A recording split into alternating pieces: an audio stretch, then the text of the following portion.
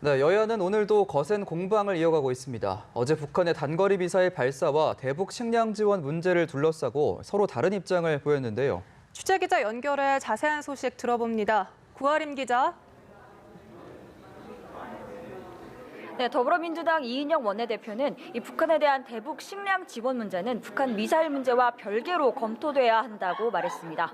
이 원내대표는 이 북한의 발사체 발사는 평화를 향해 나아가는 합의에서 반대로 가는 것이라고 전제하면서도 식량 지원이 남북 관계 개선과 북미 관계 개선을 위한 유인책이 될 수 있다고 밝혔습니다.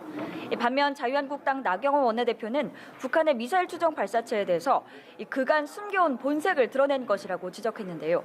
대북 지원에 대해서도 식량 지원이 답이라면 결국 문 대통령 덕분에 북한의 미사일 장사가 쏠쏠한 게 아닌가 생각한다고 비판했습니다.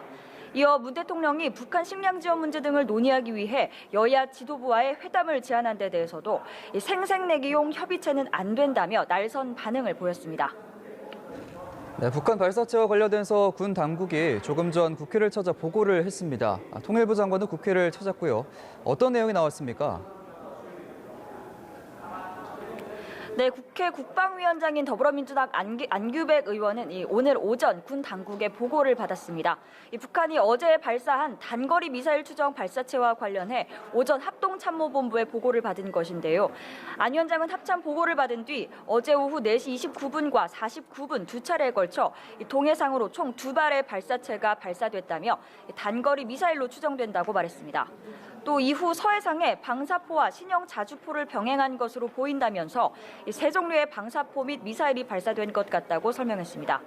합참에 따르면 지난 발사 이후 닷새 만에 이런 행위가 반복돼 후속 발사가 없을 것으로 단정하기는 어려운 상황으로 전해졌는데요. 안 위원장은 탄도미사일이라면 유엔 제재 위반이 될 가능성이 높다고 밝히면서도 고도가 낮은 점을 감안할 때 좀 더 면밀한 분석이 요구되는 시점이라고 말했습니다.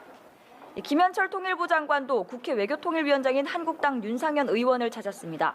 김 장관은 윤상현 위원장이 현재 상황을 고려해 인도적 지원의 형식이나 시기나 이런 부분을 충분히 숙고를 해야 하지만 인도적 지원 자체의 필요성에는 위원장도 공감한다고 말했다고 밝혔습니다. 또 각계 계층의 의견을 수렴해 대북 지원 문제를 최종 결정할 것이라고 말했습니다. 한편 더불어민주당과 정부, 청와대가 오전 국회에서 현안 회의를 열었는데요. 이 소식도 전해주시죠.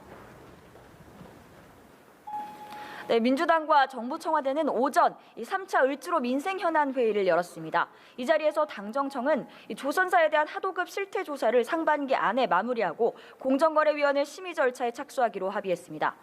을지로위원회 위원장인 민주당 박홍근 의원은 하도급 분야 중 조선과 자동차 시장을 중심으로 거래 실태 점검을 강화하기로 했다고 밝혔는데요. 이어 대우조선해양 불법 하도급 문제를 해결하기 위해 실태를 집중 점검하기로 했다고 말했습니다.